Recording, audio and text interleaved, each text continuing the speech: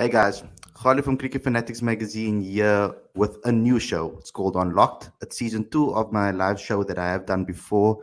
You know about the Unlocked Down series. We reached 50 episodes with that. So now it's episode one, and I have an amazing guest with me, Lungi Ngidi. So welcome to the show, Lungi. It's first time on the platform for you.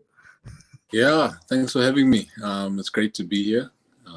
Yeah, let's see how it goes. Yeah, awesome, awesome. So, in this show, I like to get to know you better.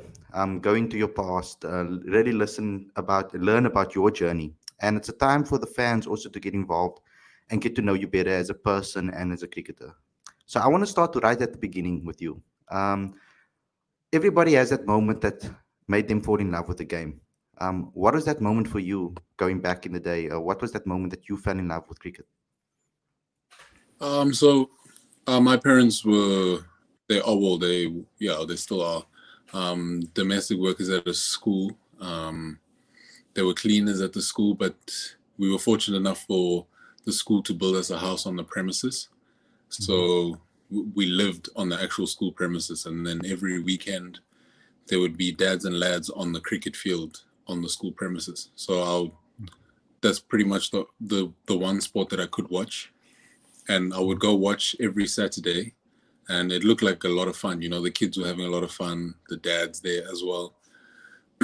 So yeah, at that moment I was like, okay, well, I actually want to try play the sport. And then the one day they invited me down because they saw I used to sit on the bank every weekend, and then Mhm. I guess just one of the weekends, one of the dads asked if I wanted to join, and I said sure, but I don't know how to play. They taught me, and next thing you know, every Saturday I was waking up to play cricket on the fields. Yeah.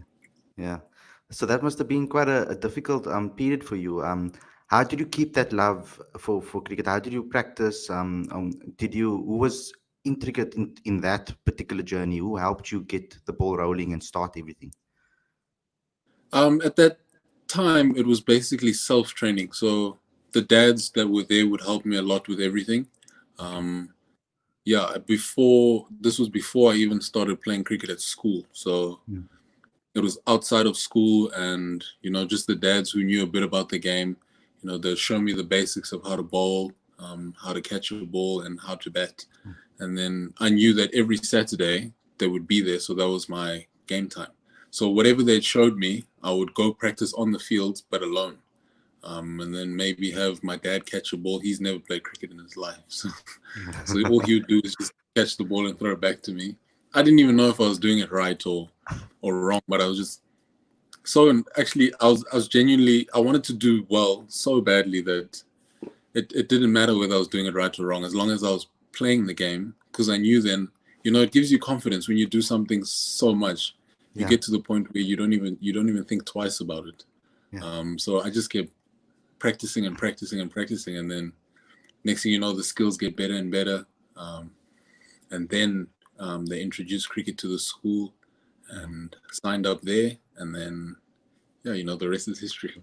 Cool. So was it hybrid primary that you went to in Durban? No, I went to Kloof Junior Primary, Cool junior and that primary. yeah, and that's where we lived as well. Okay, So cool. I think Robin Thornton was in charge of the sports at that time. She Yeah. actually gave me one of my first cricket bats. So Oh wow. yeah. Do you still have it today?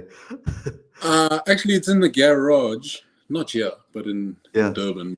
Okay. But yeah, I kept it because I had to go to district trials. I think that's what it was called at the time, district Okay. trials, and I didn't have any kit. So she Sure. took the cricket kit that the school had.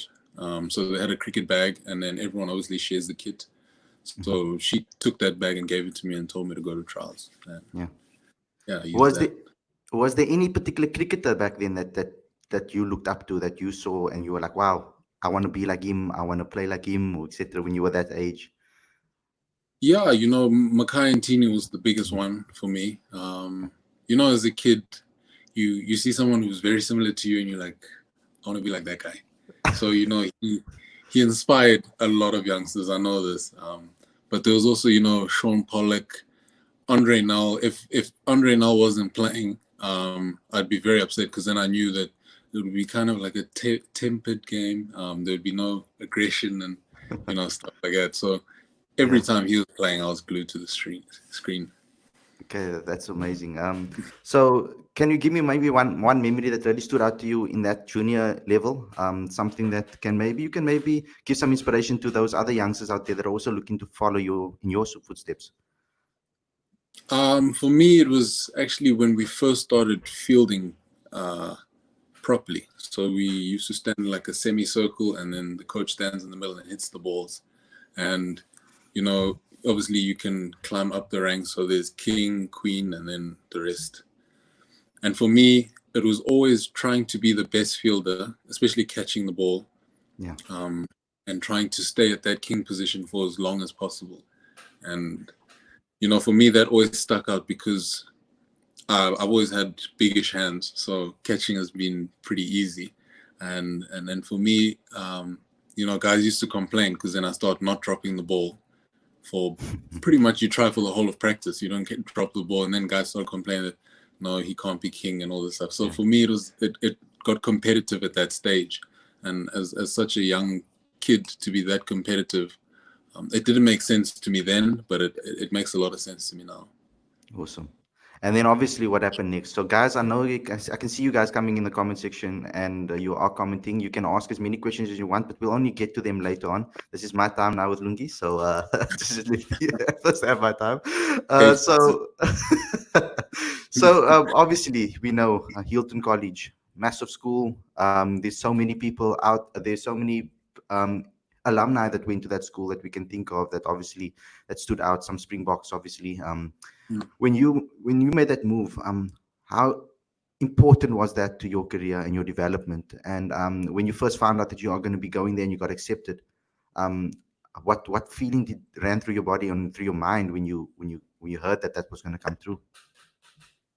The first thing was shock, to be honest with you, because I was obviously a sporty kid, and all I did was pretty much focused on sports. But my parents were very strict in that I wouldn't be allowed to play sports if I didn't do well in academics. So Oh, I had that now to balance my whole life. And I'd been to see a lot of other, high schools, and all the ones with like great sporting records were the only one that stuck out for me. But my mom, she had other plans. And she was more the education route. And then, because she had always asked the question, well, can you play sport at the school? And then that's how she left it. But for me, it was more like, is there cricket, rugby, water polo, the specifics. But she would just ask, can you play sport? And if they said yes, then that's pretty much the school. And Hilton, she asked if they were really good at academics, and they said yes. And then immediately she decided that's where I was going. Forget cricket and rugby and all those things. She decided I'm going to Hilton. And then when I got there, I actually found out that they do have a rich sporting history as well. They have guys that have become successful from Hilton. And, I was in actually Bob Skinstad's house. yeah. So Wow. like you can see where he's written his name on doors and stuff like that. So that was actually how the decision was made. My mom went the academic route, but in the end, I found pretty much my safe haven in terms of cricket. Yeah. And what was it like you obviously stay on campus, etc. So like what was that like, that lifestyle? I mean, I only can think back to like things like Spud, for example.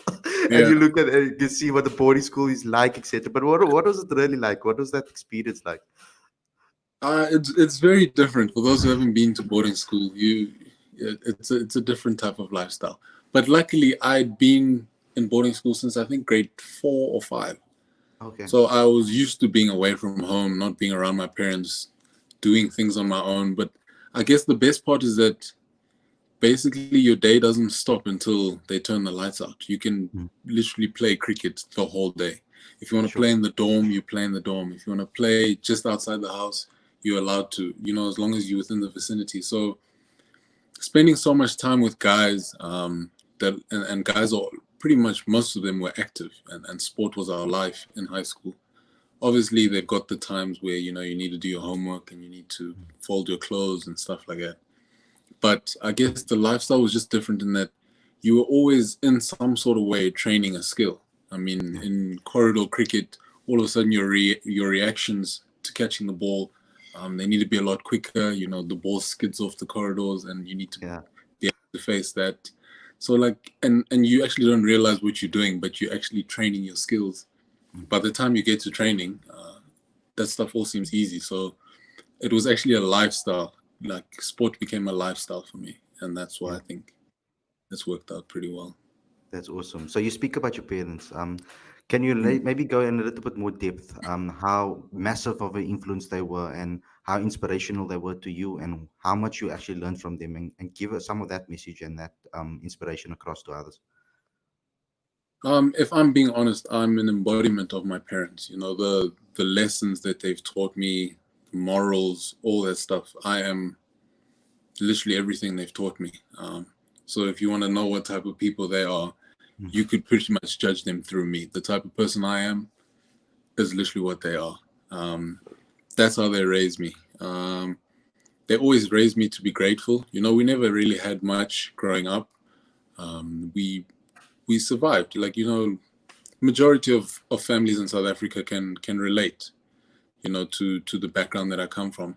And that's why I've never seen myself as special, because I know how many people in the country struggle, and how hard it is for families to make it by. Like, so we that's the pretty much the background that I grew up in. They always Mm. taught me to be grateful for everything I have. And yeah, and you know, coming through the ranks now, and through high school and all that, I went to Hilton. It's pretty, you know, it's a pretty expensive school. So, you know, the kids that go there, you should see some of the houses that the Yeah. families have and cars like that. And my family didn't have any of that, but I never felt out of place, because I knew what really mattered was the education and the sport. And that's, Mm. you know, the only thing that I came to the school for. And if we were comparing based on that, I was probably one of the higher up kids in terms of that. But, you know, yeah, that's pretty much how they raised me. You know, Mm. never to feel. I've never felt out of place. They've always taught me to respect everyone. You know, you respect everyone in their regard as well. You know, you can never judge a book by its cover as well. You know, rather get to know someone before you start speaking about them. These are just the Mm. little things that they would pass on to me every now and then. If I made a comment that didn't sit well with them, they would discipline me on that. Like, no, you know, that's not right. So Mm. they are my inspiration. You know, everything that I've done for them. And once I realized that, you know, you can be a successful sportsman and make money and, you know, make your family's life a lot easier, that became the driving force of pretty much why I play, and why I feel that I have that mentality of never giving up. I've been injured many a times, and people know this. Yeah. People can call me injury prone or whatever. That's, you know, that's water off a duck's back. It doesn't phase me, because I know I'm gonna come back, and I'm gonna come back better than before. And because I have that driving force of, you know, I want to make my parents' lives a lot easier, and Mm. you know, the better I play, the easier their life becomes. So Yeah, of course. just gotta keep playing better and better. Yeah. That's amazing. And now I want to move over into this is the period kind of when I first, and I don't know if you remember, but, and I don't know if you know this, but you Mm, had a major influence on my journalistic career as well, because one of my first major features that I wrote was on you, and it was shortly after the Red Bull Cricket Campus tournament that you were part of mhm. when you went to university, and you were one of the top wicket takers at the tournament. And it was the first time I spoke to you, and I was like, "Yo, this is a new young up and coming bowler. I'm excited. I'm a Yeah. young journalist. This is obviously going to be the amazing interview." Mm. I still actually have the voice note that you sent to me back then. I And remember that. I remember it was a voice note. Yeah. yeah. So Yeah. I went back to it again, and I listened to it again, and how inspirational it was, because you spoke about something specific there, and you spoke about the journey that you want to go on, the type of cricketer Mm, that you want to become. And I asked you something that you would have probably gotten so many times in your career is, we know about Kagiso Rabada's journey, and obviously he was the young cricketer to look up to at that time. And you mm, told me something very amazing, and it really stuck by me. It's that he is an inspiration to you, and yes, you want to follow his example, but you want to do it as yourself. You want to find your own path, and you want to use the lessons from him, and use them to your own way. So mm. explain to me that journey, especially how important that was, your move to university, and how important that was playing university campus cricket, how important that was to your career and the start of your career. Yeah, when I said that, I meant it wholeheartedly, and even to this day, I still stand by it. I learn from him. I sometimes when things don't make sense, I'll phone him and we'll have a conversation. And his his answer, the way he sees cricket, is in a very, it's a simple way. Like it's as if it's too easy, but that's just how his brain works. Like he can understand the game so well. You miss the small things, and sometimes I give him a call, ask him, what do you think about this? He'll give me advice. I go work on it, and I feel like we work well as friends.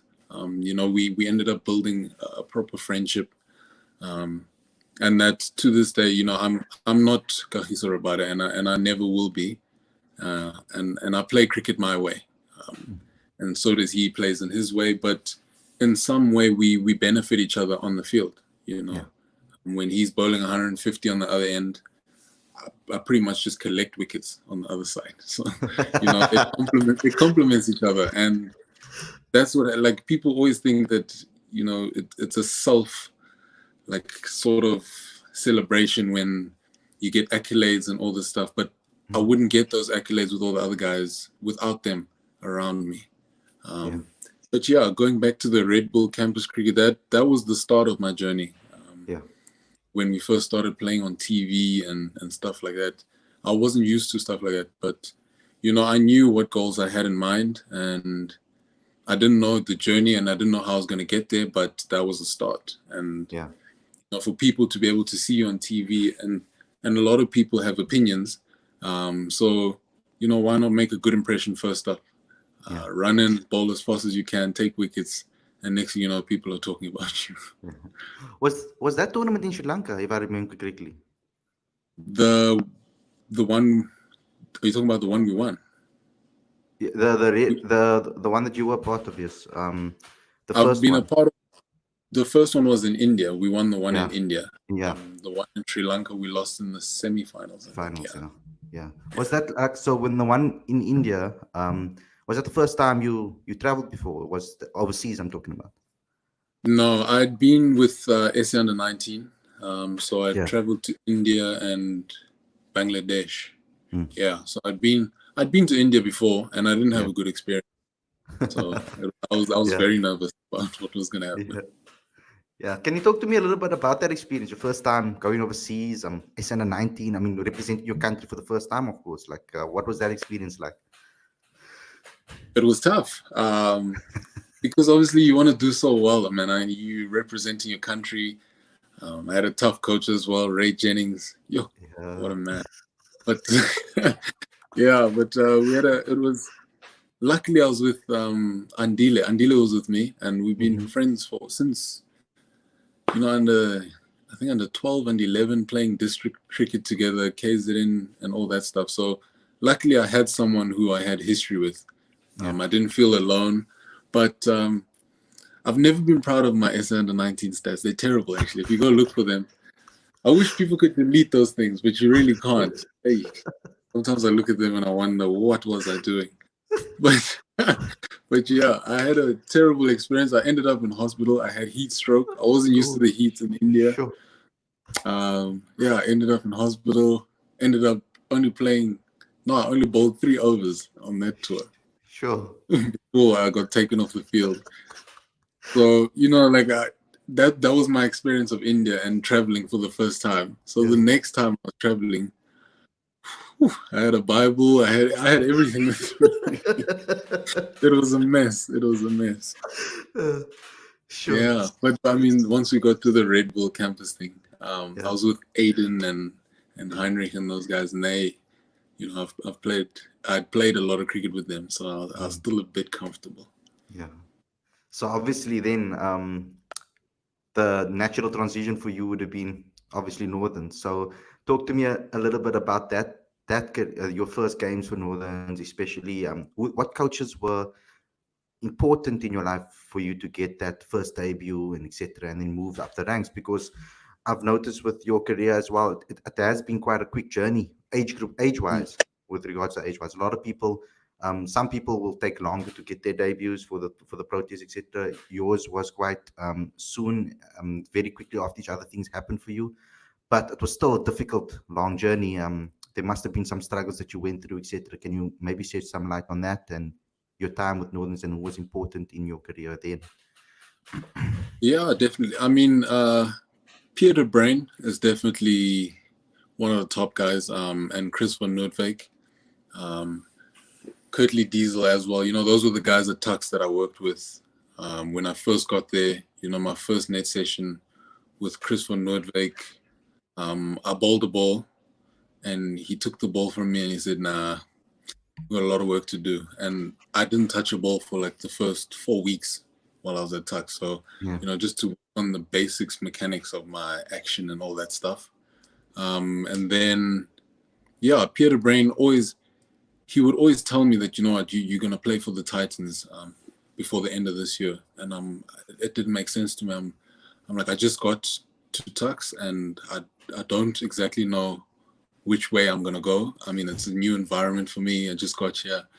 But he just kept putting that thought in the back of my head until it got to the point where, you know, obviously we had the Red Bull campus cricket. And then next thing you know, I got a call to play for the Northerns. I think it was a 3-day game. Yeah, 3-day game. Mm. And I remember that game because I got a wicket on the first ball of the game of the day. Sure. And then like all the senior players came to me and they're like, "Oh, cricket is too easy." You know, the banter that they always do. So, but it was a very special moment. And that's why I'll never forget it. But, and Mark Charlton was my coach at the time. And he helped me feel very comfortable. You know, it was also, people think that, you know, you just take to a team and take to a certain level of cricket. It's actually very daunting. Like it's very scary because you know, and you read up on all the stats of the guys you're playing against and how much they've achieved. And, you know, you hear things like, yeah, we dropped this guy once and he scored 300. And you're like, yo, guys, please don't drop a catch. So like things like that, it's very scary going up each level. But it's how you take that fear and how you use it, which I feel will determine how far you go up the ladder. Yeah. So that was quite and for it being as quick as it happened, I didn't expect that, to be honest with you. You know, after that and after the Red Bull campus, I was put into the T20 side for the Titans. So that for me was also pretty quick because I hadn't played a T20 game for Northern, so I've gone straight to the Titans. And then first practice, you're running into guys like Henry Davids who've played for South Africa, and you know what this man can do with a bat. So it was also very scary. But, you know, the guys make you feel welcome. And then once you feel welcome, you feel like you belong. You actually play your heart out, and that's all you can do as a player. You know, there's those tough situations that come where they need 12 off the last over, and from Red Bull campus cricket, you know, you've never defended 12 off an over. It's usually 24 or, you know, something you've outright won the game. Now all of a sudden you're under pressure and you're the youngster in the team. Now all eyes on you. Well, what can he do now? This is when it counts. And the more you perform in situations like that, I feel the more people take you seriously. And that's when I found that quote of, you know, pressure creates diamonds. And I've lived by that throughout, you know, from that day where I played for the Titans till now. So those pressure situations, you know, embrace them and want to bowl in them. Because even if you do fail, and if you look at stats, you know, cricketers fail more than they actually do well. But that time that you do well, people remember that, and that means a lot to me. Yeah. I mean, obviously, you can talk about your Proteas debut, of course. I mean, that must have been a proud moment. We saw how your parents reacted to that as well, how emotional that moment was. Obviously, you taking your first wicket, etc. Talk me through that. Must have been an incredible experience for you. Yeah, you know, I think the Proteas on the T20 against Sri Lanka was raining that day as well, so it was a shortened, and you know, for a minute there I was scared that we weren't going to get on the field, but also no, there's not one bowler who can honestly tell you that they like a shortened game because you know exactly what's coming when you get up. So debut, shortened game, and we're defending the total. Yeah. So already, I had goosebumps.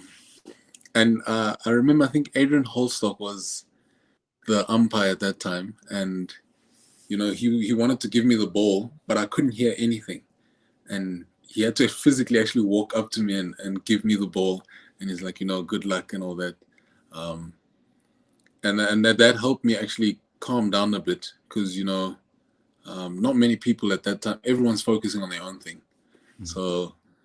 But yeah, it was stressful. But that first wicket, it means a lot because how hard you've worked for it, and everything that you've been through. There's promises you've made to your family and stuff like that, and for it to all come true, and for your parents to be able to see you now live the dream that you were telling them about, it really is special, and you get emotional about it. Yeah, of course. Let's go into some of the comments that have been going. So, guys, if you want to get involved in the comment section, get involved in the comment section. You can bring anything in here, and we will try to ask Lungi as much as possible. So we got one from Mohammed over here that says, any cricketing heroes when growing up, ex-West Indies players or Proteas players, etc. Yes, definitely. One of our first camps, we actually watched Fire in Babylon, and I felt sorry for the batsman the next day because there was a barrage of bumpers for them. But yeah, Michael Holding, Curtly Ambrose, Kemar Roach was one for me. I've always loved Kemar Roach. So yeah, those guys, and then South Africans, Makai and Tini, Sean Pollock, Andre Null, Dale Steyn, and yeah, those were the guys that I was idolizing while growing up. Yeah. When you were obviously at the Titans, learning from so many senior and amazing, I mean, there were so many stars in that team. And obviously you would have been coming into that team first. You would have been maybe starstruck yourself. What is it like to be like? You obviously all cricketers. I say they're all cricket fans when they start off, and then you become a cricketer, and people start looking up to you. But you, as the fan, walking into that dressing room for the first time, seeing those players, talking to them, that experience must have been incredible. Yeah, it is. And I mean, even to this day, any change room I walk into, I'm still shocked, and I have that fanboy moment. Like you're not sure if you can ask for an autograph or not because I mean you need to go to the nets now.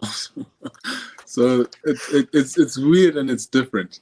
Walking into that change room, and the coaches always used to complain at the Titans because there's actually a lot of guys that play for Proteas there, and to pick a starting 11 was a very difficult job for them. So that already immediately showed me the type of players that we had in the change room, and like it's tough to explain because I was literally a fanboy. I would sit on my side of the change room and forget to even put my shoes on, and we need to go onto the field now because I'm still staring at guys padding up here and testing out which shoes they're going to use today. So yeah, those fanboys moments even still happen to today. Even test debut, Hash sits just by the door, so the first person you walk into the change room and you see Hashim Amla sitting here, and you freeze. You're supposed to feel comfortable in the environment, but you panic. So yeah, even to this day, it still happens. And do you still remember your first wicket, the first one you took? Do you remember who it was? The test cricket. No, I'm talking about for the Titans. Yeah. Yes, I definitely do. We were playing the Lions in Potchefstroom, and it was at that time I think it was Ram Slam T20, and it was Alvira Peterson. I think it was third ball of the first over. Yeah, he ran down the wicket, and he missed it, and then top of off. But for me, that was massive because I know exactly who Alvira Peterson is and was, and what type of batsman he was. So, to get that wicket for me was, I think that kicked off a lot of things. Yeah, because I mean, at first, some people might have seen you. I mean, some fans, maybe a minority, would have seen you as a T20 cricketer, and maybe a white ball cricket at first, but Mm. I mean the longer format is obviously close to your heart, and you've been amazing in the test side. Your partnership, obviously, with all the bowlers that come in, amazing red ball cricketer as well. Mm. So your test debut must have been phenomenal. I think I was there. Yeah, So can you maybe? I remember the song that you came out to, and yeah, everything. So explain me about that. I mean, that yeah. must have been wow. Yeah, that was amazing. And I do know you were there because there was actually a video afterwards of you interviewing people about me. So I saw that. Um, but yeah, I've always seen myself as a cricketer who plays all three formats. In terms of my skill level, one thing obviously I've always struggled with is, the conditioning side. As a sportsman, sometimes you think, and I can be honest about it now because I didn't understand it before. Mhm. You think you're doing the right things, and people think fitness is just a matter of you running and lifting weights. It's actually more complex than that because every body type is different, and I'm pretty sure a lot of people know that. So for my Yeah, body, um, the amount of work that I was doing wasn't enough. So as if we train as a team and we all bowl, the same amount of overs, we all do the same gym work, we all do the same amount of running. But for me at that time, I didn't realize that that wasn't enough for me. I actually need to do more. So when people would rather take a day off, I need to probably run a 5K. It doesn't need to be fast, but just to keep the body active, to stay burning certain calories and stuff like that. Um, and then I found out that I pick up muscle a lot quicker than most people, so I become a lot heavier. And for me, what wasn't important was the gym work wasn't as important as the running. So yes, everyone says you need to be strong and strengthen up and all that stuff, but when it comes a lot easier to you to lift weights, you start to neglect the other side, which is the cardio and the running. And obviously we do cardio and all that stuff, and you feel like, and we always know, you'll know when you're unfit. yeah, So and that was the scary thing, like for me to figure out what works for me best. And this lockdown period has been the best, for that. And mm. yeah, in terms of conditioning and all that stuff, you back seeing the trainers now and they tell you you look like a different person, that means a lot to you, but they've taken the time to understand, how your body works, what you need to eat, all that stuff. Yeah, And the only thing that disappoints me is that I took too long to figure it out. I usually pride myself on figuring out situations very quickly, but yeah, that one for me, it literally didn't make any sense because in high school we didn't do any conditioning and all that stuff. You just ran in and bowled. When I got to Tux as well, you do your conditioning, but it's not specific to you. It's just conditioning as a team. So that was the thing that got to me. But I do see myself as a player who plays all three formats. of It's course. Yeah. just obviously the red ball format requires a lot more Mm, fitness and stuff like that to be lighter as well. mm. So yeah, that's the stuff that I've been working on now, and I'm more than ready to fight for my test spot again. Yeah. That's yeah, to get back That into all three. But I'd never that pigeonhole myself.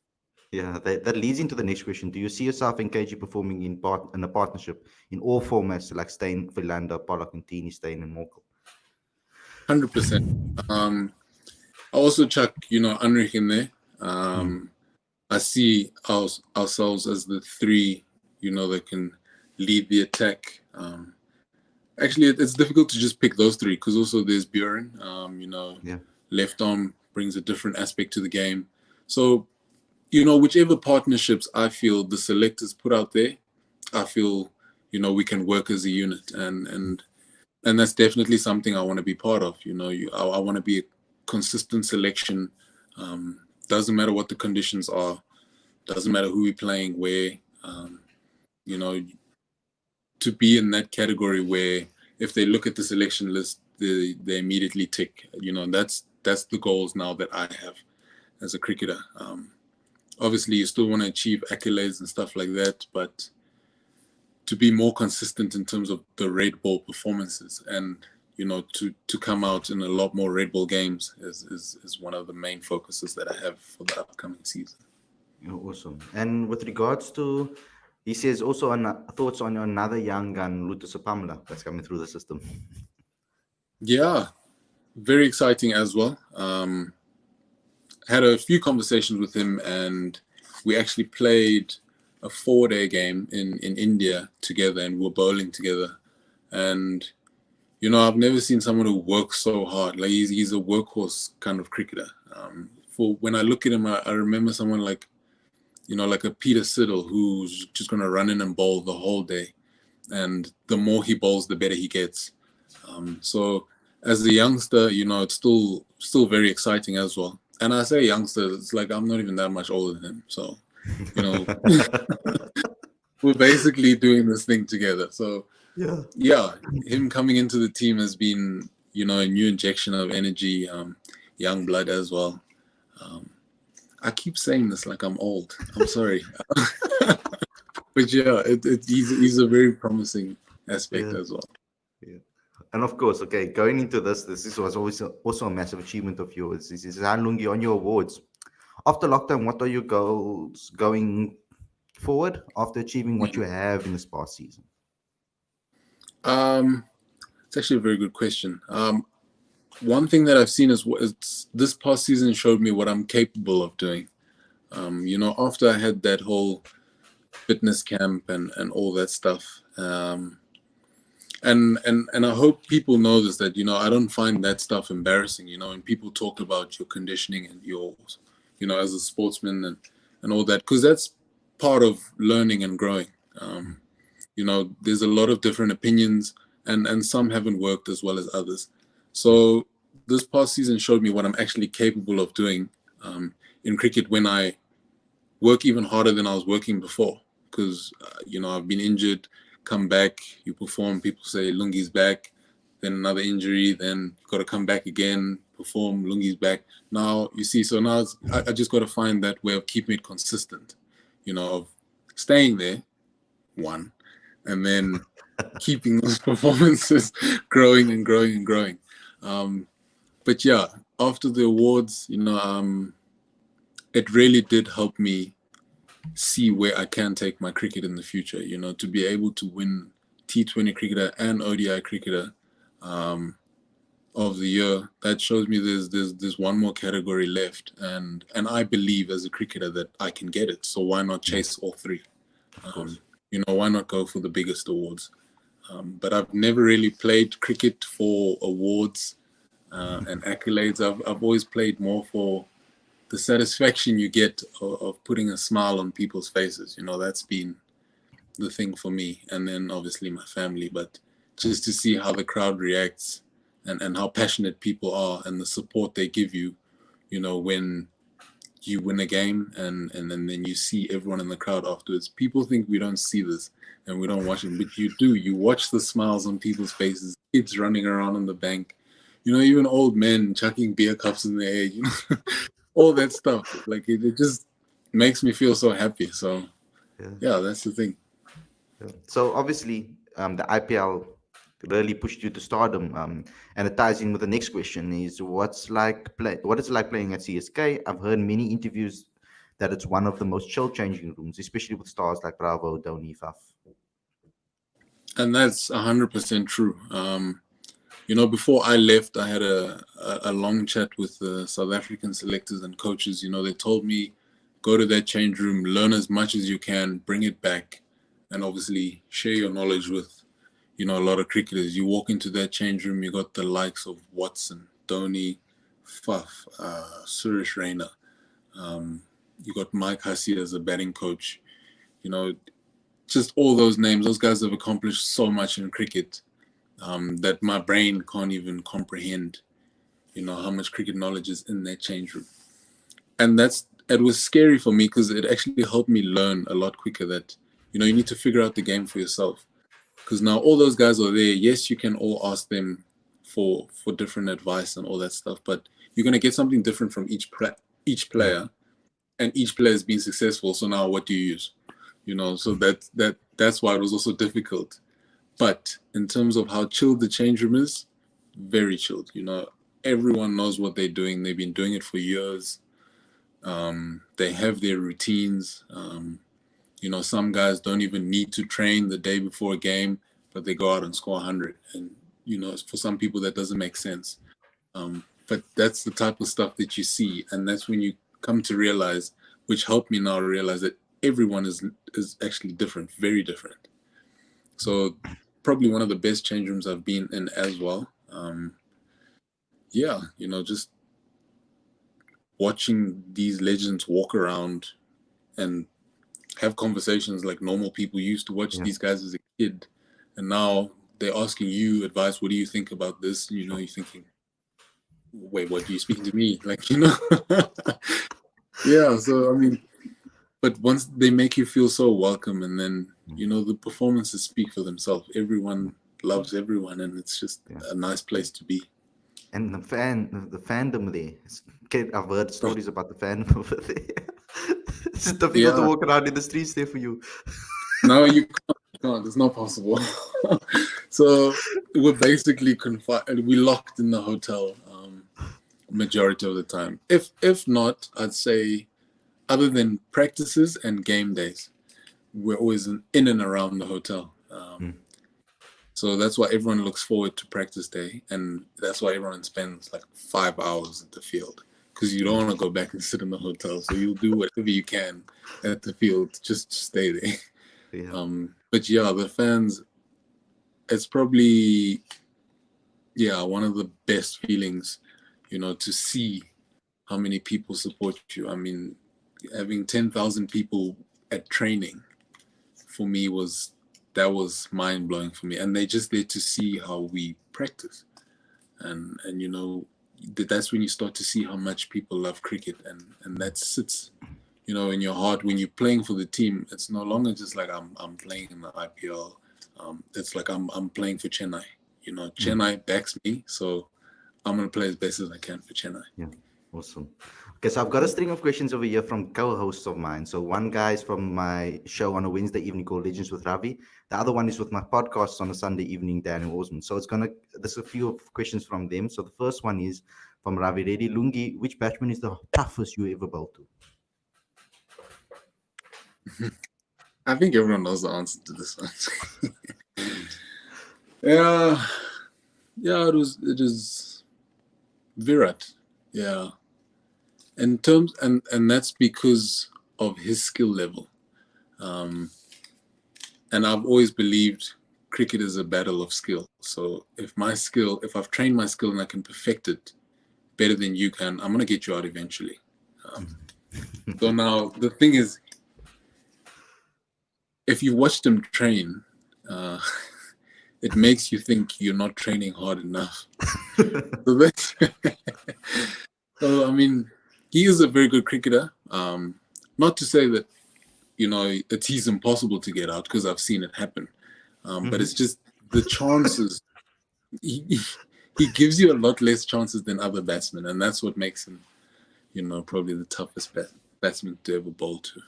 Yeah. So Daniel, that's what Daniel asked. What did it feel like to nicking off Virat Kohli? I think you can see by the look on my face here. Amazing feeling, honestly. And it's things people don't expect. Like, okay, this guy's on debut. Now, all of a sudden, gets Virat out. Like, that's unheard of. But, that's where, it comes in as, I'm a cricketer. I'm there to compete. I'm not there now just to fill numbers. So, yeah, like it was very exciting. Probably struggled to sleep that night, actually. And we're probably bowling again the next day. But yeah, very amazing feeling. But a lot of respect to him as a player. Now he's worked very hard to get to the level of cricket that he plays, but us as cricketers, we're also chasing to be the best in the world. So just going to keep coming. I'll remember that. Always remember that finger up in the air and that big massive smile. That's become a signature of yours. You should try and bowl it. Yeah. A very special moment, I won't lie. Yeah. So, Lungi, do you prefer to bowl with the new ball or the older ball in limited overs cricket? The thing is, it requires. I use different skills at different stages of the game. So with the new ball, I like it because it's a lot harder. Obviously, seam is still a bit firmer, and you can get a bit more purchase out of the wicket. You can get a bit of bounce. You can get it to nip as well. So that's very convenient. But when it gets to the back end, and if we've done it, if we've looked after it correctly, and it starts to reverse, and it grips in the wicket, I feel like it's unplayable. So if I had to pick, I'd probably go all the ball in limited overs cricket. Cool. Okay. Yeah. So, Lungi, do you envisage yourself breaking a South African bowling record? Which one do you have your sights on? That's actually a very funny question, because I was actually thinking about this after the awards. When people were mentioning, the 50 wickets in the least games or something like that. I didn't even know that was a record until I saw social media after the game. I didn't even see it on the screen or any of that. So I've never been one to look at breaking records. I've always felt if you perform consistently, your numbers will, get to those records. But to say that I have one in mind, I honestly don't. Yeah. So I don't know. You need to correct the fan over here if it's not true or is true, whatever. But he says, Lungi, tell us about a battle which took place over a decade ago between Saints and Hilton, Lungi versus KG. I remember this like yesterday. What did this battle mean to you? I always make fun of KG for this battle because I got him out that day and he didn't walk. But let me start with So that day it was Hilton versus St. Stithians at St. Charles. And it was everyone knew KG in schoolboy cricket, one of the fastest bowlers. And then St. Stithians had the batting lineup of, Marcus Ackerman, Rickelton, guys that are scoring plenty of runs in franchise cricket now. And at Hilton, we had a few guys that, were good cricketers, but not like the household names of schoolboy cricket. And I remember that day, I think St. Stithians bowled us out for about 90 odd or something like that. Sure. And KG had ripped through our batting lineup. And I think my coach knew that I was very competitive. And my coach was Neil Johnson at the time. And Neil Johnson, since I was a young kid, he calls a spade a spade. So like he said it the way he wanted to say it, but like he basically issued me a challenge of, okay, KG is a fast bowler. He's about your height. He bowls quick and he can bowl a team out for 90. So why can't you? And that was the challenge basically that he gave me. It's like, okay, well, we saw what he can do. Can you do it? And obviously, I take challenges very personally. When someone tells me I can't do something, I need to do it until I can. So that day as well, I ran in as hard as I could. And yeah, before you knew it, we had them about 70 for 7. 2 guys had gone to hospital. I'd hit Rickelton on the finger, and then I'd hit one of their captains on the elbow. And yeah, those 2 retired hurt. And then, yeah, KG walked in. I think, he came in at about number 9 or 10. So we just needed a few more wickets to win the game. And then, massive cover drive. I heard a nick. The slips heard a nick. Keeper heard a nick. Apparently the umpire didn't hear anything. And I looked at KG and he just stared at me. So even to this day, he denies it. But I know. We both know deep down inside what happened. But I think that's where, you look at it now and you actually think, jeepers, you can actually compete on a level like that with someone when you issued a challenge and you can actually rise to an occasion like that. So that battle for me on a personal level, it still sticks with me to this day. And even when we have kids one day, I'm going to tell them that story because he was out. I mean, in my opinion, he was out. But yeah, Yeah, it was a very good battle. cool. The last one from the fans is who is the toughest? Okay, you already said test. So who is the toughest first class player you bowled to? Okay. Hmm.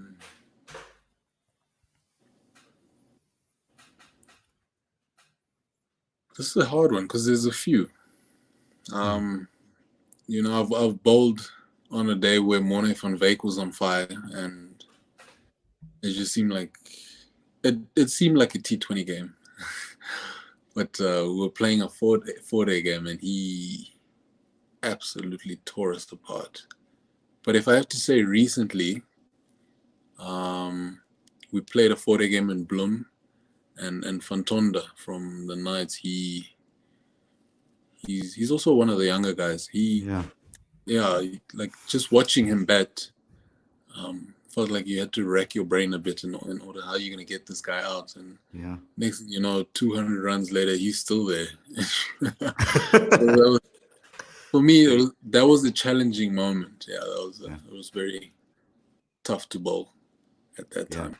He was a very special batsman. I remember watching him Mhm. carry majority week right through the system. So, Test cricket's back.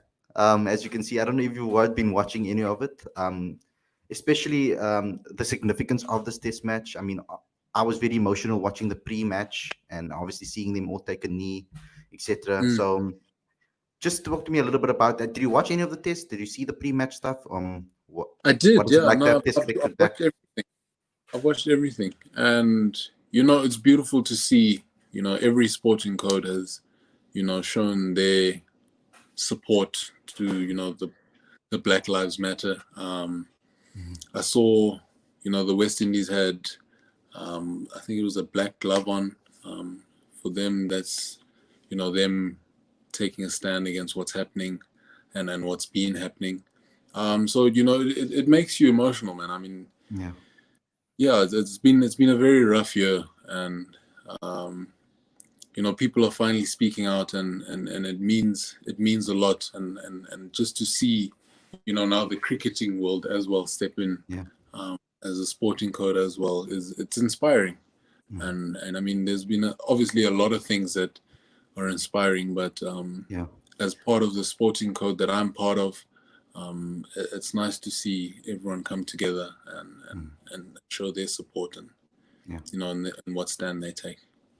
So this is the part of the show where I roll out the red carpet for you and just let you speak and give one strong inspirational message to everybody, cricket fans out there, what people are, any message that you want to give to the cricket fanatics out there and anybody out there, your turn now to shine. Oh well, what can I say? I mean, there's only one thing I ever really usually speak about, and that's life is hard. A lot of people experience a lot of challenges, and you'll never understand fully what someone else is going through until you've been in their shoes. And never let anyone look down on you because you're in a different situation to them. Um, I don't believe there's any one human who's better than another. I've never believed that, and I do believe we all have our own talents, and we can achieve in our own regards. What we want to achieve. Uh, no one's life. I don't believe you should compare yourself to anyone else as well. You know, the way you live your life to someone else, because certain people are offered certain opportunities that others never get. So life is different for all of us. So just never judge a book by its cover as well. In the end, Mm. that's pretty much all I can leave people with. It's been a very rough 2020. There's been a lot of people struggling. Let's be sympathetic. Let's help where we can.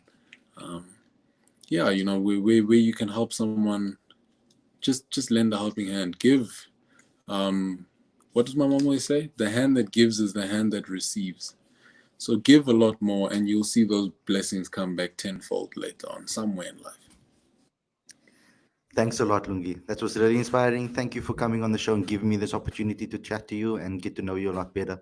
To the fans out there, thank you a lot for tuning in. We know you guys appreciate this and you've been asking for it for so long. for me to get Lungi on the show. And finally, we've done it. So thanks a lot to everybody that's supporting. You know what to do if you're on YouTube. Press the notification bell, like, subscribe, share with your fans, comment in the comment section below. And of course, stay safe. Everybody, I know it's a difficult period. We're going to all get this through all of this hardness together. And we're all going to stand together and get through all of this. So thanks, everybody, for tuning in. Then Stay safe, guys. thanks for having me. Yeah.